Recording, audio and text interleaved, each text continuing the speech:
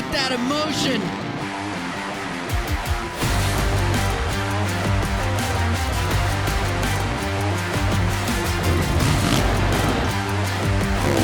Around the outside. It's time to bring the action. Oh yeah, it's here. SMX Insider, and we are talking true SMX races, the SuperMotocross World Championship beginning in just days. Jason Weigandt and Jason Thomas here, your insiders. But for as much as we know, usually, JT, we don't. I mean, I think people feel like they've seen Daytona or Atlanta or Monster Energy Cup or hybrid type tracks with different formats before. I don't know if any of those are going to preview what we're about to see starting this weekend in Charlotte.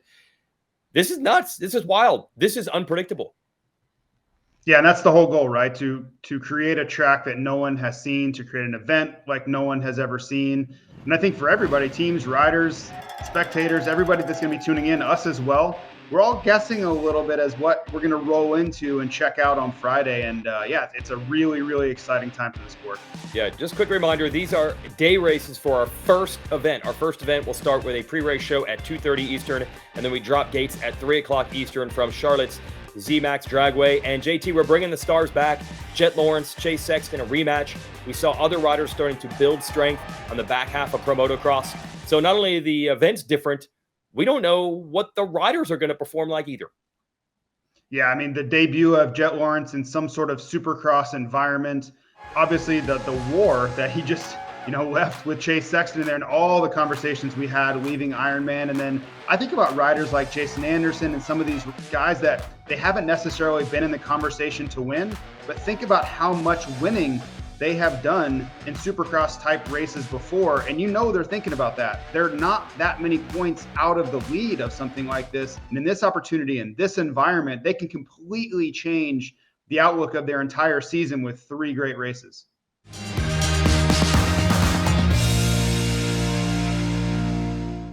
Okay, time for our big interview. Look, we are introducing playoffs to this sport for the first time ever. So let's get a feel for what motorsports playoffs are like. We bring in former NASCAR Cup crew chief Steve Letarte, who's now our expert analyst for NASCAR on NBC. NASCAR's been running a chase and then playoff format for a long, long time. But I also know you like this sport. We saw you at Track Walk, I remember Saturday morning in Nashville, and I heard you are all into this deal now.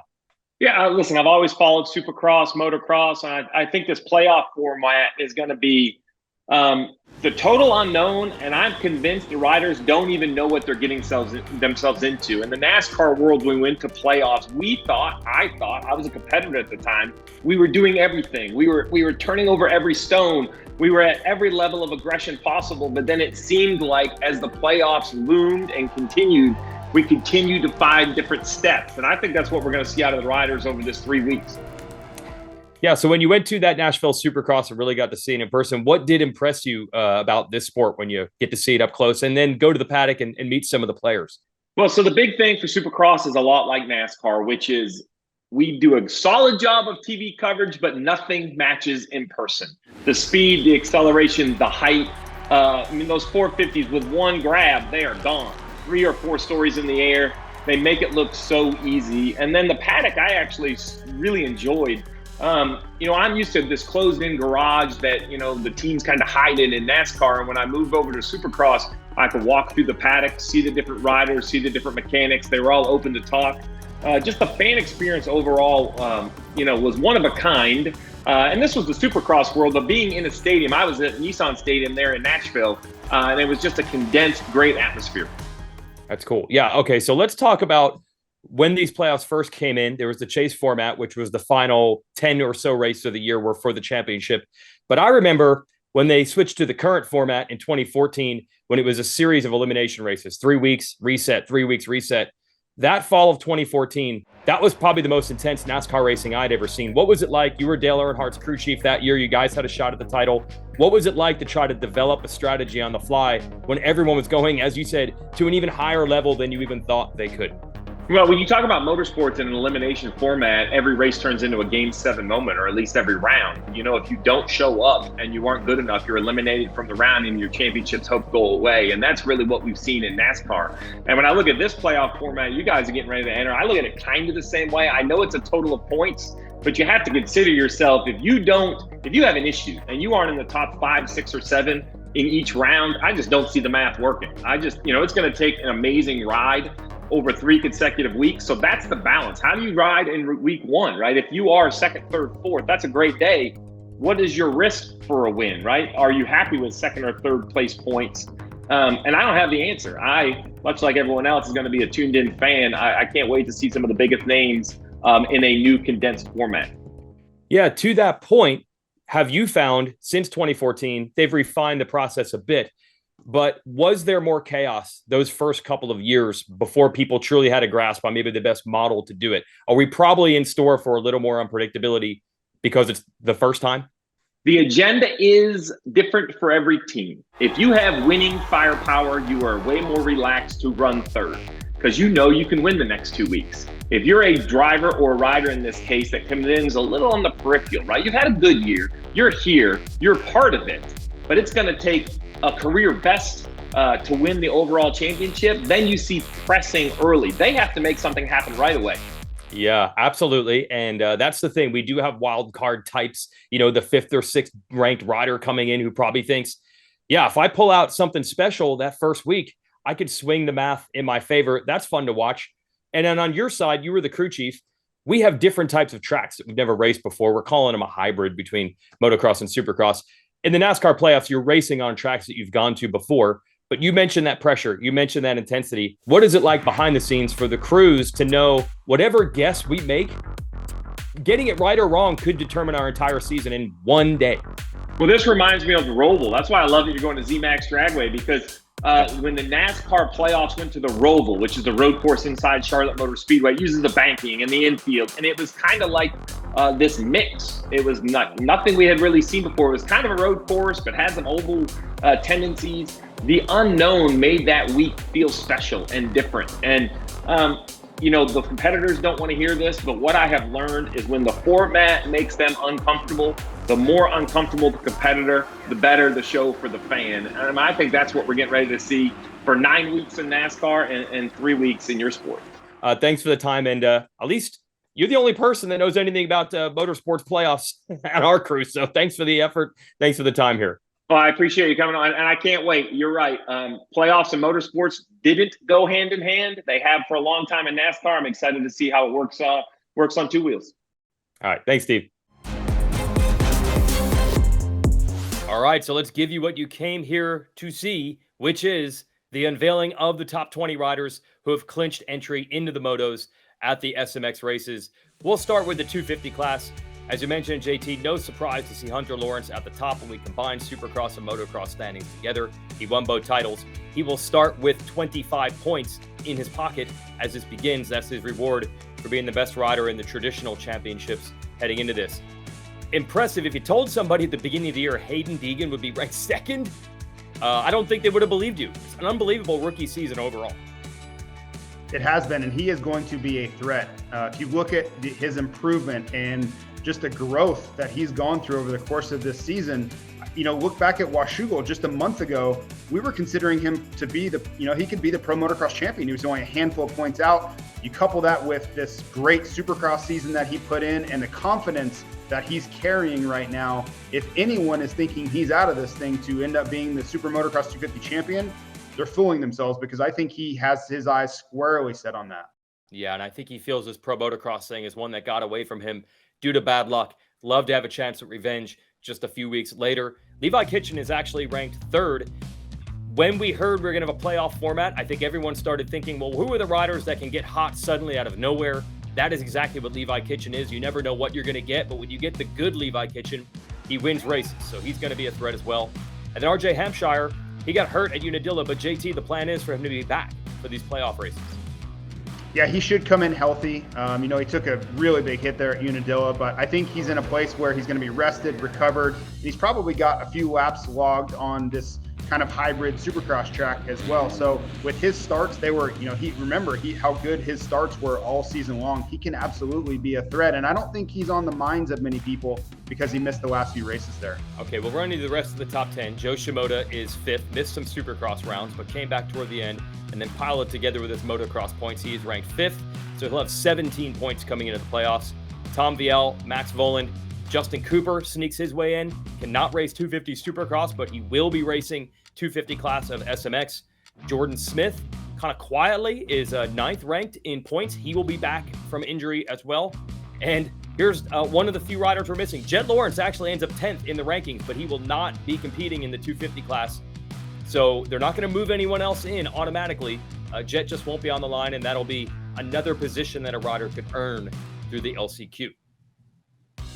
Yeah, I just want to touch on Justin Cooper briefly there, because remember, this is a former 250 East Coast Supercross champion, right? This is a guy that has basically pointed out of 250 Supercross, but this gives him a window to come back in. And you think about the format of this, there aren't going to be the Supercross style whoops that we're so accustomed to, and then the starts are going to be so important for this type of race. Guess what Justin Cooper excels at? All of those things I mentioned. So he had a ton of momentum coming out of Pro Motocross. This is an opportunity for him to right the ship before he leaves this 250 class for good. And I think he's going to come in highly motivated. Rest of the field looks like this. You'll have Jalek Swoll. He's ranked 11th. That means 11 points going into the playoffs. A rookie in Ryder DiFrancesco did not race Supercross, but did well in motocross. He's 12th. Talon Hawkins, we suspect that Max Anstey, who gets in via his Supercross points, will be back for this event. Pierce Brown, Dylan Schwartz, Carson Mumford, Caden Broswell, that's a good story as well. Was on multiple teams this year, but combined the points together, he's in. And the HBI Racing Kawasaki team said they will take him into the playoffs. And then that drama at the end. JT, Seth Hamaker rallying. He was outside the top 20 before our finale at Ironman, and he ends up 19th, so he's going straight in. Yeah, it was an interesting story for him, because I think he wanted to finish strong and have a really good Ironman, but he couldn't, air quotes around the word send it too much, because he would put himself in danger to not get the necessary points to jump into that top 20. So he mentioned that on the broadcast of finding that fine line between a good result and also not taking too many chances. But forget all that now. It's playoff time, and he can absolutely go for it when we roll into Charlotte. Now, Chance Hymas actually ended up with the 20th position, but he is out with a torn ACL. He will not be returning for the playoffs. So essentially, he and Jet Lawrence are the only riders in the top 20 rankings of the 250s that will not be racing our playoff rounds. And that leaves 2 more openings for the riders in the LCQ. So let's get to the riders ranked 21 and back, and who'll be eligible to race. Okay, so let's show you the riders that were actually ranked 21st through 30th in the combined Supercross and Motocross points. So what you're going to find with this list is a lot of these riders are injured. We know that Enzo Lopes and Jeremy Martin would be racing this event. Their team, Club MX, supports SMX with other riders, but they're out hurt. Same for Cameron McAdoo, Nate Thrasher, a lot of injuries. So we'll show you the actual riders that have committed to racing all 3 rounds in the LCQ. It starts with Chris Blows. This is a neat story, JT. Phoenix Racing Honda is going to pick up Blows. They want a playoff eligible rider. They got one. They're also bringing the team back for Cullen Park and Cody Schock. We haven't seen them race since Monster Energy Supercross. It's Blows, Derek Kelly, Park, Austin Faulkner, Schock, Preston Kilroy, Josh Faries, Michael Hicks, Hunter Yoder, and Luke Neese. Those are the riders that have said we will show up at all 3 rounds and race their way in. And there's 4 spots available for the motos through this LCQ for 10 riders. So a lot of opportunity here. Yeah, this is great, and it's a real mix of inexperience and some veteran guys. You look at Cullen Park, who is 2022 Supercross Rookie of the Year, and then a guy like Austin Faulkner, who's one of the winningest, if not the winningest, active 250 racer in the class. So a little bit of everything. A guy like Faulkner could get into this out of the LCQ and win the entire event. And then some of these guys are like, hey, man, this is my opportunity to make some real money and make a name for myself in this SMX World Championship. Yeah, another thing to mention, there's a $12,400 purse in the LCQ alone at each race. So even if the riders don't make the motos, they'll still make some money to help offset the travel cost of going to each event. And then the big money, of course, is when we total up the points at the end of these 3 SMX rounds, and we'll show you that here. It's $500,000 to the champion, $250 for second, $150 for third, and it pays all the way down. As you see, there are $250 points fund. So it should be interesting. These riders that committed the first time, we'll see how it turns out. All right, 30-second board time. I'm going to keep it light on the topics this week because we're ready to head to Charlotte and get ready for some playoff racing for the first time. And they're already getting ready at the track. They moved in before the Labor Day weekend to start moving dirt around and building the track at CMAX Dragway. I visited there about 3 weeks ago, and they said they have unlimited dirt anytime there's construction in the Charlotte area, which is all the time, trust me, people call and say, hey, you got room at the Speedway to store this dirt? So they can build whatever they want, and it is going to be a monster of a racetrack, and I think a lot different, JT, than what we've seen before. Yeah, it's going to be great, and I think that dirt is a big factor because it means sky's the limit with obstacles, and they can really get creative because it is a limiting factor at a lot of these, supercross events. So when you have this much time to prepare and the imaginative forces behind it with unlimited dirt, it really makes me think, what can they come up with? Yeah, and I can also tell you this area has been dying for a race of this caliber for a long time. I mean, there's a water tower outside my house here in North Carolina. They call it Race City, USA. The amount of motorsports enthusiasts that live here that have been hoping for a motocross or supercross race of this caliber, there's a lot. So we should have a packed house come Saturday afternoon. And also going to be a packed house under the Yamaha truck next year with Monster Energy Yamaha Star Racing. Justin Cooper, who I think we thought was going to be back with Star as a full-time 450 rider, hasn't made it official. He'll be 250 for these playoffs, but all 450 next year with Star. For Justin Cooper, this has to be such a relief because he's been so great on the 250 and there wasn't an immediate opening on the 450 that made sense for everyone. So kudos to Monster Yamaha Star Racing for making this happen because I think Justin Cooper deserves a real and fair shot at the 450 class. Great job by that team for having 3 superstars there. And it's going to be 4 stars, I guess, in the Roxon household soon. They're expecting baby number 2 for Ken and Courtney. Now, the baby watch is going on as these playoffs are happening, and Kenny's going to race. But, JT, I feel like if there's any rider who can have a loose program, maybe be at the hospital on a Thursday night and go ride well on a Friday, I feel like that's Ken Roxon. Yeah, and I've been around the situation similar to this. Chad Reed in 2010 was on baby watch with his first son, Tate. And it was basically, there was a private jet on standby, right? And that sounds crazy to the average person, but these are the resources available to someone like Ken Roxon. And if Courtney gives him the call, you can bet he's going to be on his way home to be there for the birth of his second child. So we'll have to keep an eye on that. It's going to be something that if it happens, it's going to be a last minute change. But yeah, what an incredible thing for Kenny, to be going through, but also it has to be in the back of his mind the entire weekend at whatever round this may happen at. Yeah, I don't think it's going to affect him like other guys. He's the perfect show up and still ride well, regardless of where your head was before you got on the motorcycle. Like we saw at High Point this year. He shows up and he almost beats Jet Lawrence. Pretty much came closer than anyone else. Finally, we just want to give you the Friday schedule one more time for these races because we will have activity, bikes on track on Friday, which we do not do at Monster Energy Supercross or the Pro Motocross Championship. And you and I will be hosting a show Friday night at the track, and we'll have some pit bike racing with some pretty big names I'm hearing going to get rolled out. So if you're a fan, be there Thursday night and be ready for all day Friday. Yeah, it's going to be great to have the fans be able to watch riding on Friday. That hasn't happened in quite a long time. So that's going to be great. The pit bike race, our SMX Insider show that's live. There's going to be such a cool environment, and I love this new interaction. It's been a Saturday-only event for a little while, and I think to bring people in, to have the camping involved, that they can truly make it a weekend event is going to be a great addition. And obviously, this whole SMX playoff thing is new, so what a great new addition to that. Yeah, and these first 2 tracks that we go to that offer the camping, Chicagoland Speedway and ZMAX Dragway, which is part of Charlotte Motor Speedway, these are NASCAR facilities. They're designed for this type of atmosphere. So we're going to bring everything we've got to give you folks a good time when you go.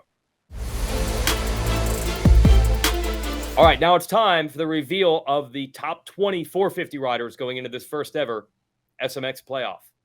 Well, at the top of the top 20, no surprise, Chase Sexton with the Monster Energy Supercross title. He had this clinched several races in advance. Didn't race all the rounds of motocross, but more than enough. He will start with 25 points. The big thing you're looking at there is Jet Lawrence, without Supercross points, was still able to get to 3rd overall behind 2nd-ranked Aaron Plessinger. But still, if you're Sexton, you have a 5-point lead over Lawrence as these playoffs begin, and that could prove huge.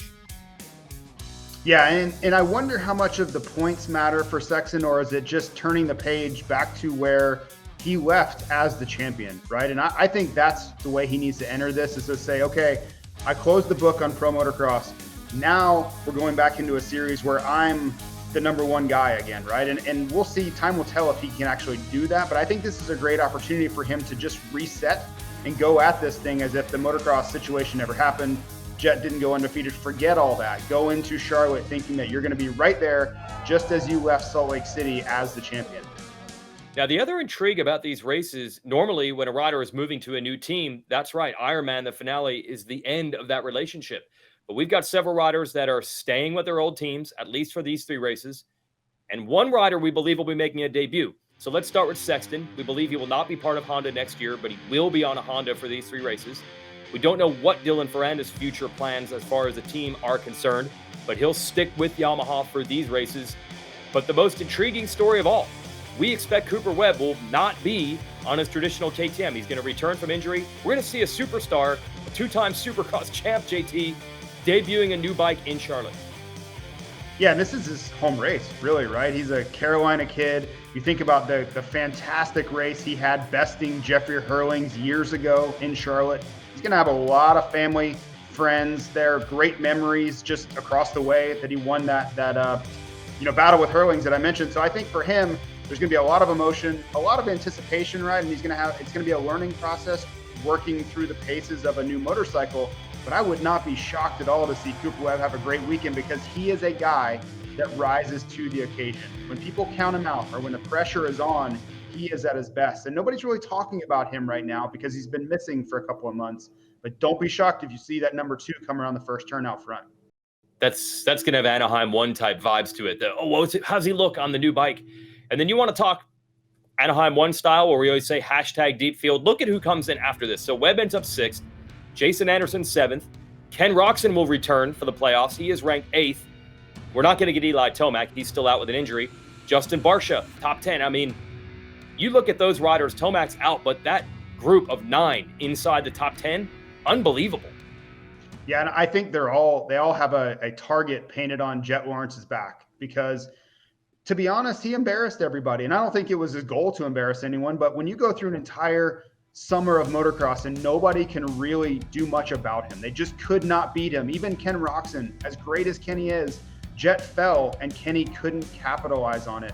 So I think all of them are looking at this as an opportunity to kind of send a message as they head into Anaheim 2024 is like, yep, great summer, but it's not going to be this way come January. So we'll see. Time will tell. I think Jet has a different plan than they do, but I expect them to get aggressive with Jet. That doesn't mean dirty, but I think they're going to try to get aggressive and try to change the narrative a little bit.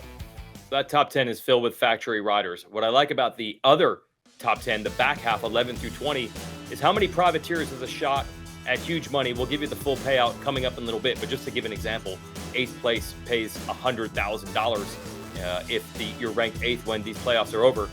Look at some of these names. Freddie Noren really rallied this year. He's ranked 11th. Grant Harlan, maybe the most improved rider of anyone this season. He's ranked 12th coming in. Great chance to make a lot of money.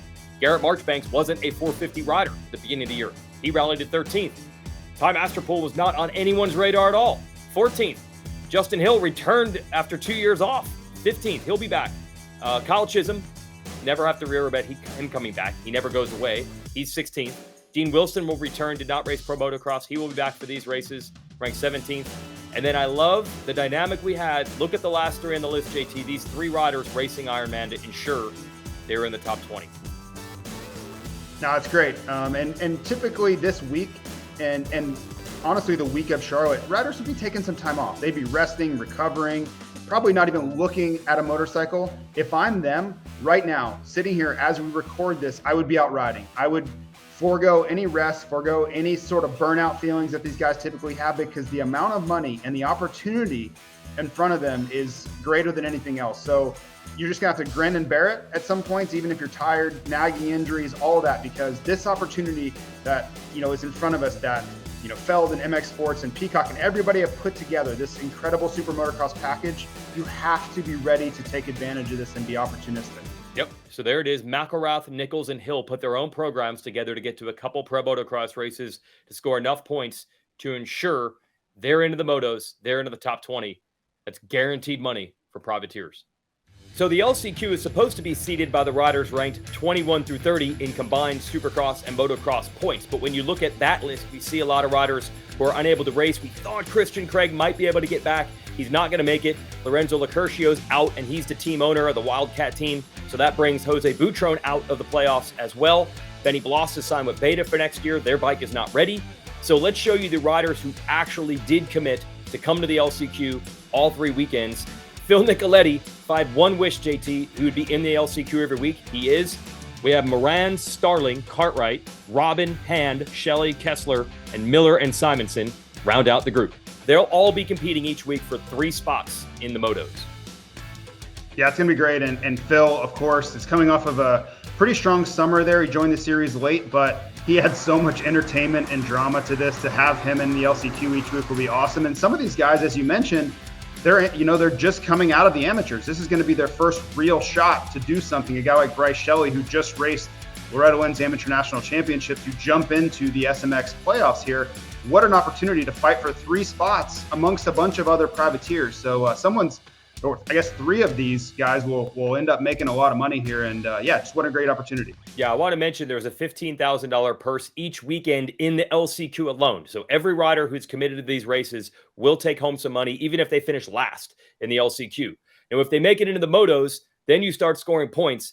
And let's show you how much money is truly on the line. It is unreal. $1 million to our 450 champion, $500,000 for second, $250,000 for third. But the number that jumps out most to me, JT, it's $100,000 even for 8th in the 450 class. Yeah, and I think about those guys like Grant Harlan. Some of the, they don't have the name, that factory ride that you think about, but they've had such fantastic seasons. They come in right around 10th in SMX championship points. And then we get this reset where they're really going to have a chance to move up the leaderboard from there. So a ton of money on the line. They, for them, I think they have to just kind of block that out and focus on what's in front of them as far as the races. But we all know those last few laps of each race are going to be thinking about that money. Time for Fowler's Facts. We bring in our statistician, Clinton Fowler, but we might be able to stump you this time. We don't have any historical data on SMX races because we haven't had one yet. But you did try to at least break down the Speedway Supercross race we've had at Daytona and Atlanta. Does that show you anything that we could maybe extrapolate from? What's the numbers show? I think so, Weege, but you guys can test me here. So I took a look at what our SMX racers have done at Speedway venues. So at Daytona and Atlanta Motor Speedway versus when they're at the stadiums. And there's a couple of things that jump. First things first, Cooper Webb, he's coming back for the playoffs. He averages 2.3 positions better in a Speedway venue. So pretty impressive there. In the 11 times he's raced at either Atlanta Motor Speedway or Daytona, he's been on the podium 8 of those times. So maybe that's just East Coast dirt and he's just pumped to be back home and comfortable, but he's showing a pretty significant advantage there. And then the other 2, Chase Sexton and Dylan Ferrandis, those guys both have a 1.6 position advantage in the Speedways versus non-Speedway venues. So some fairly decent changes in the positive. And then JT, there's one that doesn't, which is Jason Anderson, and he's 1 position worse. But the thing for me is, we're looking at pretty unique tracks, JT. Some pretty big differences in those. What do you think? Where's your head at on this?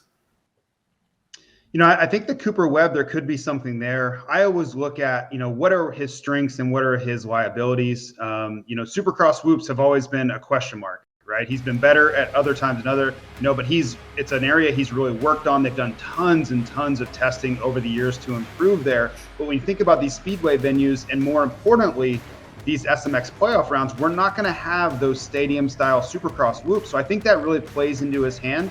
And you think about this first race. This is a home race for him, Charlotte, right? He doesn't live there anymore, but this is where he grew up.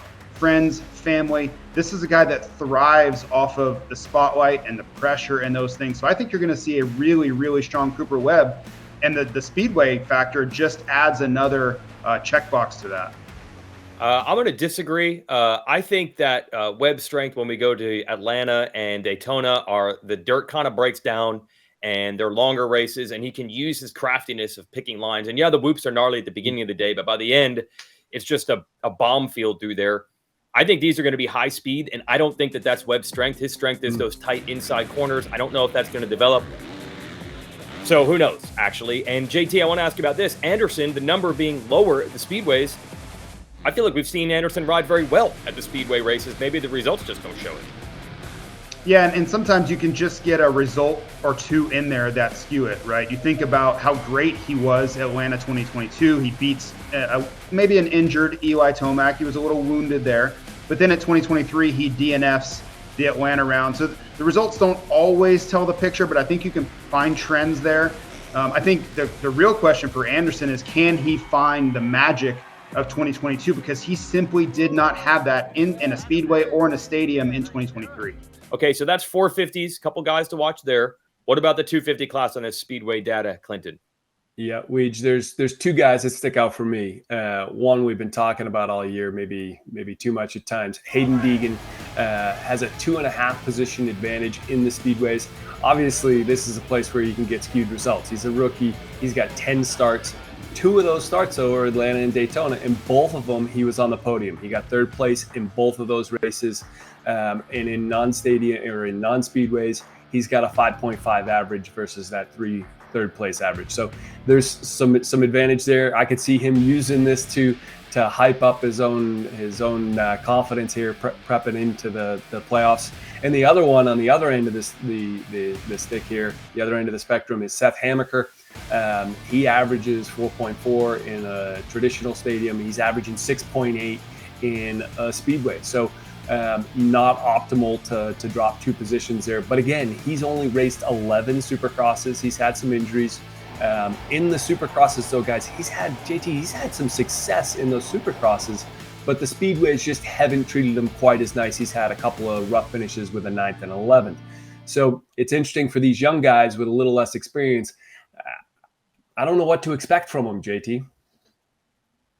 I expect the world from Hayden Deegan. I think he could come in and absolutely win this thing. You look at how much better he's gotten. And remember, those first few rounds, I think about Houston, there was so much learning going on, right? He was trying to find his place and figure things out.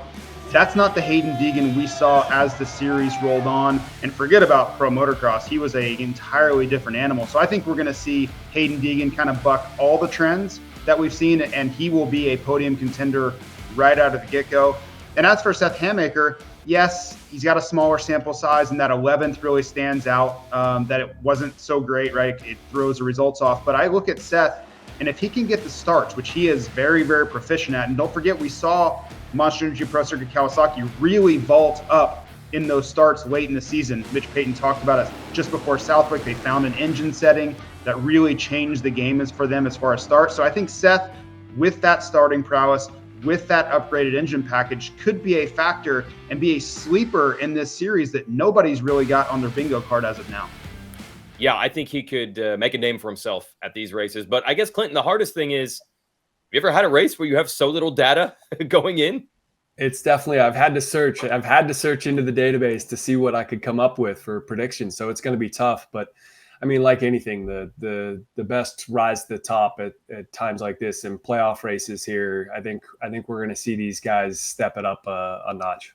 Yeah, that's what we love. When even our statistician isn't sure what stats to pick from, that means the riders, teams, and fans, and us don't know what to expect. That's what we like. We'll see you next week, Clinton. Thanks, Weege. Thanks, JT. All right, that's it. We've been building this up for over a year now. At 11 a.m. on Friday, we'll have a live press conference, and then we'll have Bikes on Track at noon on Friday in Charlotte. This is it, JT. The playoffs are finally here. Yeah, this is going to be incredible. I'm so excited for it. We've been looking forward to this for an entire year now, and to see what this looks like and feels like and how it completely changes an entire season. You know, we can think we know exactly how this year went, but over the course of 3 races, that whole look and feel could change if we got a brand new champion. And one more time, if you want to watch Race Day Live, we'll be back. That starts at 9:30 a.m. Eastern Time with Dan Hubbard and Ryan Villapoto and plenty of other guests. 2:30 Eastern is our pre-race show. We're racing at 3 o'clock Eastern. You can watch all of it on Peacock or the SuperMotocross Video Pass outside of the U.S. or on television at 3 p.m. Eastern on USA Network. That's Charlotte, the first round of the SuperMotocross World Championship this Saturday.